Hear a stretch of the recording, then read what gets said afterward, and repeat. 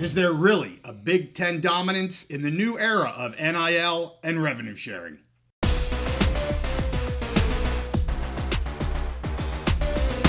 Big time college sports means big time money for the Big Ten.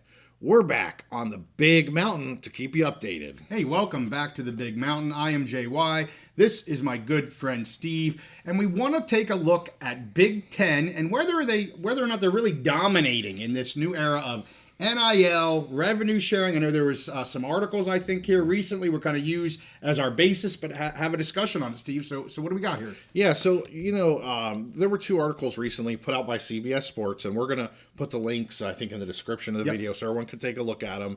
One was by Tom Fornelli, who's on the Cover 3 podcast. He does a great job covering college sports and the Big Ten. And Dennis Dodd, I think everybody knows Dennis Dodd, one of the most respected college football writers for many years.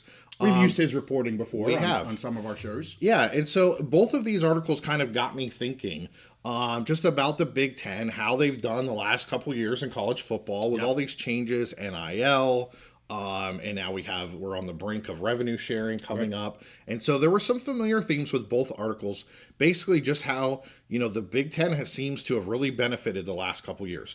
For the 15 years previous to that, the SEC, and we've talked about this before, Big Ten and SEC were up there, but SEC was clearly, a half a step ahead or whatever. For 15 years before that, they dominated the national championships. They dominated the playoffs. They had a lot of the best teams. And we've seen that kind of turn on its head. So I just want to point out a few things from these articles. First of all, it's kind of amazing when you think about those 15 years before. The last 2 years, the college football champions have come from the Big Ten in two different teams, Michigan and Ohio State. So, that in itself, okay, they've had two really good teams the last couple of years. However, when you look further, especially with the Big Ten expanding and bringing in, those teams on the West Coast, Washington, Oregon, you look at those 2 years, 3 out of the last 4 finalists are all in the Big Ten now. So that kind of jumped out at me. Now, this year, we transitioned to a 12-team playoff. The SEC definitely dominated the 4-team playoff era, but now we're in the first year of the 12-team playoff, and the Big Ten got 4 teams into the college football playoff. I know we did our prediction. We each thought the SEC and Big Ten would get 4 teams, and I think you thought the SEC might get 5. I did, yes. Yeah. Feinbaum was telling me. Yes, you were listening to Feinbaum. The SEC whisperer down there. And it turned out Big Ten got 4, and kind of controversially, the SEC only got 3. And when we dig a little further, we see that the Big Ten got 3 teams into the quarters, the most of any conference, and 2 into the semis. And in the college football playoff, the Big Ten went 2-0 against the SEC, which is pretty great. And then even bigger than that, 3-1 against the SEC in other bowl games. And the significance of that is, we've talked about before where, maybe the Big Ten has a couple teams at the top that can compete. But when you look at, top to bottom, the SEC has more depth. But this year in the performance in the bowl games and in the CFP, the Big Ten really showed some depth. Just kind of kicking, as Paul Feinbaum said, Big Ten kind of kicked the SEC's butt this year. And what really jumped out at me, which was really striking, is for the first time in the CFP era, the SEC did not have a team in the championship game for 2 years in a row. Like, that's baffling, compared to the run that they had before. So those are some things, and those points came from both of those articles. Just some things that jumped out at me and really wanted me to kind of get this discussion going. And then, when you think back a little bit farther, you look at Jim Harbaugh. Yeah, he left for the NFL this year, but he really kind of predicted. He's an interesting guy, and we've had all kinds of things to say about him. But he really predicted this a few years back. He was one of the people harping on giving the players a share of the revenue, giving the players a share of the money. And his theory was for years that when revenue sharing, so legally paying players, came to the NCAA world or came to college football, that would be a huge benefit, specifically for Michigan. That's the team that he was with. But also, he said all Big Ten programs, especially those Big Ten programs who make high revenue numbers, have those big stadiums, all of that, have big donors, because a big part of it was, whether you want to call Big Ten high and mighty or whatever, for years they didn't want to participate because they thought they were better than. They had this high academic standards, and they didn't have the culture that in the SEC where there was a lot of under the table bagman money being, SEC has always been, and in that southeast part of the state, win at all costs, no matter what. Yeah. And the Big Ten didn't have that same culture. I mean, there was probably some players getting paid under the table. Let's not be naive. Right. But they just didn't have that kind of donor bagman culture. So Jim Harbaugh's theory was once that became legal, it was going to basically waken the sleeping dragon of the Big Ten, all this extra revenue. And when we look at it, if you look over that time period, the Big Ten consistently was making the highest revenue overall. But here's the thing. You don't get a trophy for making the most money. You get a trophy for winning it on the field. Right. So, for all the good that did the Big Ten, they still were coming up short on the field. Let's look at that now in the era now that we're in where teams you're not supposed to be pay for play, but teams are starting to pay. Collectives are paying players. Yep. Ohio State this last year had a $20 million roster and turned that into a national championship. Right. But the current TV deal with the Big Ten as it goes through, I think 2030, it will max out at paying $100 million to each school by the end of the contract. The same over almost the same time period, the SEC is expected to max out paying each team. They have less teams, $75 million. So it kind of looks close, but really that difference of $25 million, that's a huge number.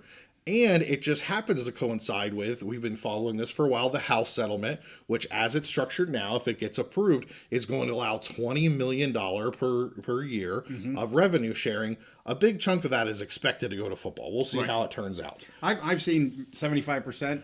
Ish. Some teams or programs are saying maybe that. more. Yeah. I mean, again, we got Title IX issues. We got all kinds of issues, and we really don't know what it's going to be. We don't. But, yeah.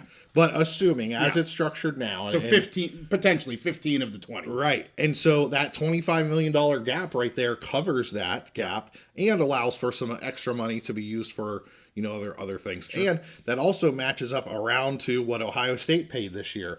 They made big news. Ohio State and Oregon, who both made the CFP. Oregon was number one all throughout the season. They both made big news of having $20 million rosters, and it turned out great for them. Yeah. Again, Oregon undefeated all season, number one all season, brought in amazing players. Ohio State brought in a lot of amazing players. We talked about Caleb Downs. Right. They signed Jeremiah Smith. Now that was not, but he signed a huge NIL deal. Right. They brought in their quarterback, Will Howard, NIL deal. So they did have somewhat of a homegrown roster, but they also spent a lot of money to keep that roster intact, keep guys from going to the NFL. Yeah. And it took them basically $20 million. I won't say buy a national championship, but to finance what it took to have a national championship roster. And we see that difference in the potential revenue between the Big Ten and the SEC. So those are just numbers. I wanted to throw those out there just kind of for discussion, to get a little discussion between us. For me, I think my opinion is I don't know that the Big Ten is really dominating. I think, we see these 2 years, Ohio State had a great run this year. Michigan had a great run. And you see, Alabama having a coaching turnover. Some of the SEC programs maybe just kind of having like a little stumble over that time period. But I do think that this increase in revenue has allowed the Big Ten to basically catch up and be even with the SEC, where it's more of it's an even playing field. Because for so many years, Big Ten programs, they weren't willing to do, and I know it sounds like kind of high and mighty, but it's just the way it was. Big Ten programs weren't willing to do the same thing that the SEC programs were when it was under the table and all that. But now that everything is legal and everything's above board, especially if this settlement gets passed, it kind of just has created more of a level playing field. The SEC is in the area where the athletes come from. Geography helps them. We know that. The Big Ten has built a national brand, in those big markets that has allowed them to raise more revenue, increase their revenue where they can purchase or pay for some of that talent to come up to those northern cities where it's cold and maybe they don't have the talent level, and has created a level playing field. I'm interested to hear your thoughts.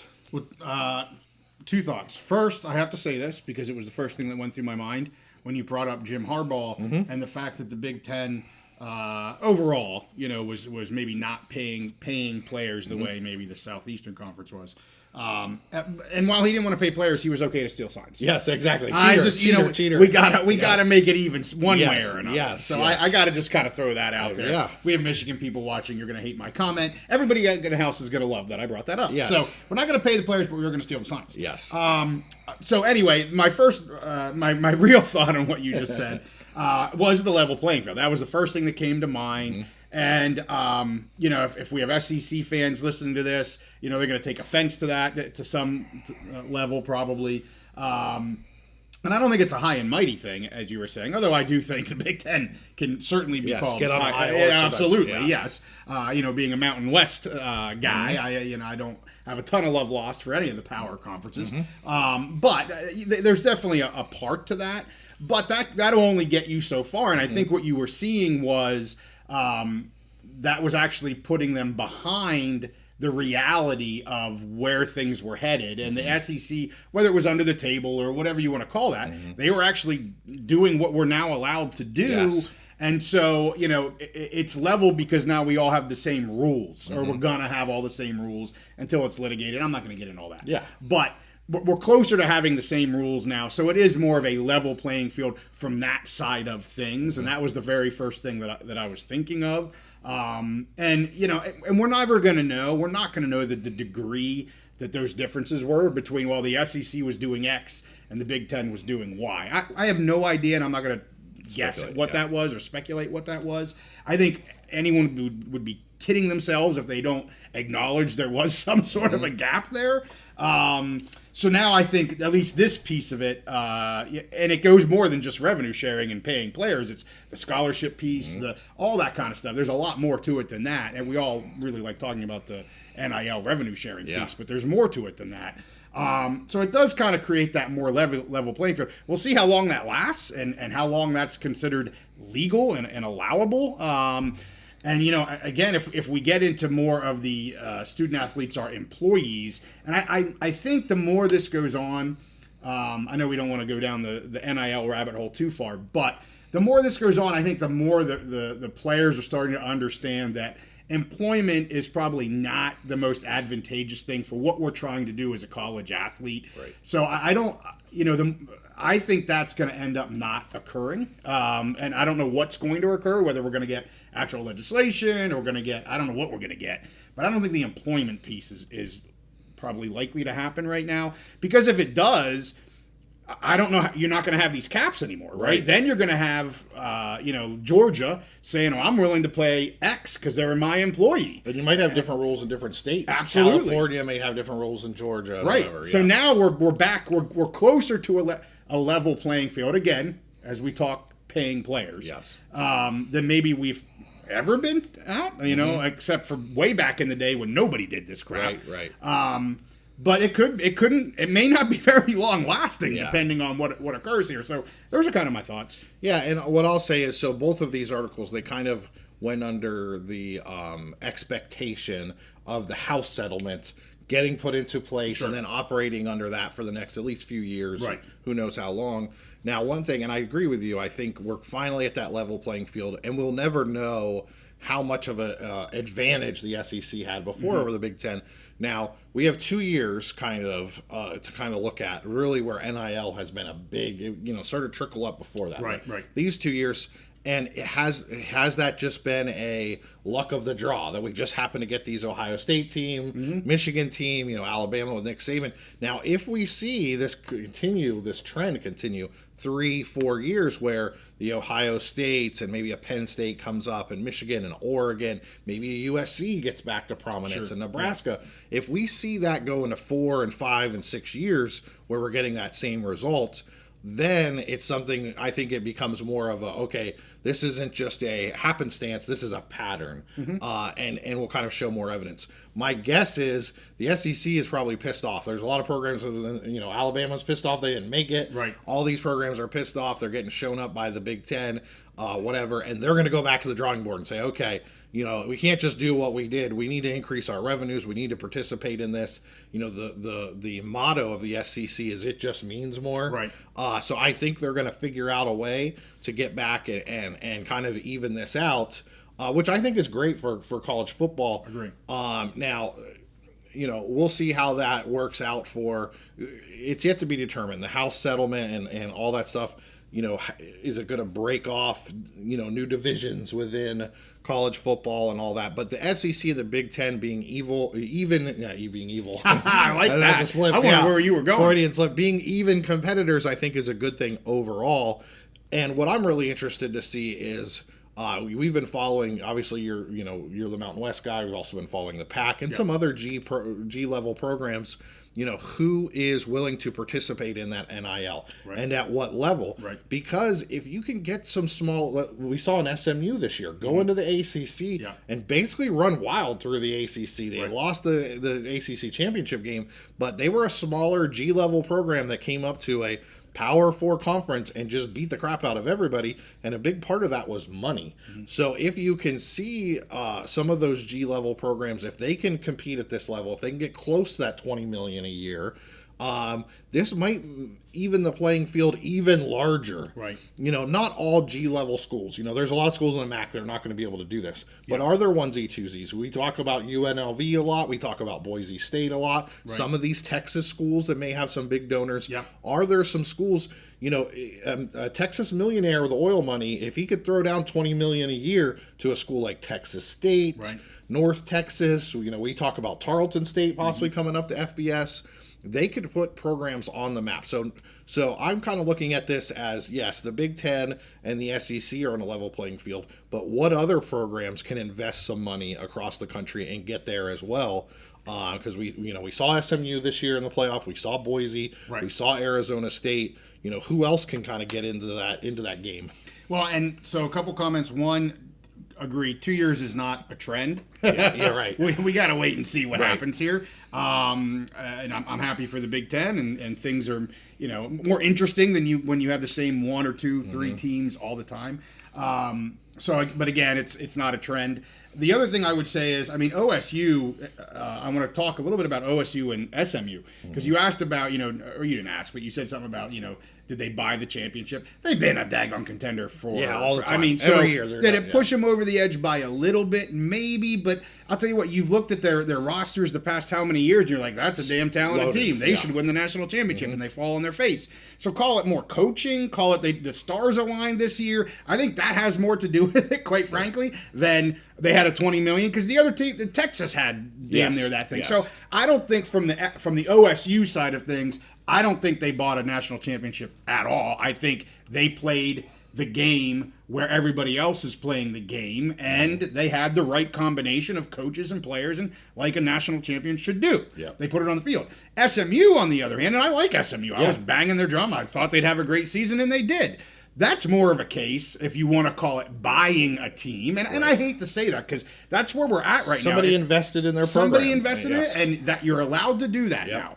Some people don't like that. I can understand that. But that's more of a school if you want to say somebody's buying, a CFP spot. Well, I would say, SMU's more, that's more buying that spot than OSU or Texas because they were buying the players to get there. And again, I'm not knocking that program. I love their talent that they have. But that's just the way of it. And it could be another team next year if somebody's like, well, that's it. But to your point, some Southeast team like, Ole Miss is like, that's it. I am putting $20 million into this. Right. I want you guys to be in it. Boom. They could be in the daggone championship game or win the national title. It could kind of happen anywhere. Yep. But, I would definitely separate what OSU did and kind of what SMU did to somewhat of a degree just because of Ohio State's been just the juggernaut for forever. Yeah, and I think both OSU and Michigan the last 2 years, they spent a lot of NIL money to keep their rosters intact. They already had great rosters. That's a good point. To keep their roster intact, not necessarily build a new roster. Yeah. Now, if you allow me, you're talking about SMU some more. It kind of brings back. So we have SMU this year where we had everything's legal. And, they have an investor that wants to put money into the team. They basically told the ACC, we'll come and play. You don't even have to pay us. We'll pay our own way and we'll still kick your ass, which is what they did.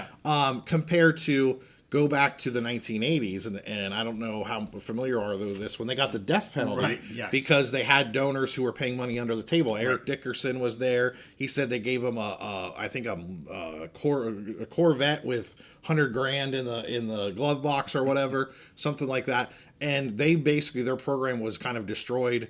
And they got what was called the death penalty. They couldn't play college football for a year. Right. Compared to now, and now it's legal. Right. And how far we've come from that period to now. Yep. So, what, good or not, I think it just expands the pool of who can be successful. If you can have someone come in and write you a $20 million check, you can put a team together. Yep. My other thought is, I really wonder this trend, this year, the results that we saw, are they due to NIL or are they due to the 12-team playoff? Yeah. Because in years past, Ohio State probably wouldn't have made the playoff. They lost to Michigan. Right. Wouldn't have made it. They're probably, in years past, in the 4-team era, there was usually 2 SEC teams in, a Big Ten team, and maybe like Oklahoma or something like that. So this 12-team playoff, I think, might actually be a bigger deal where you're letting so many teams in and letting them play it off in the field.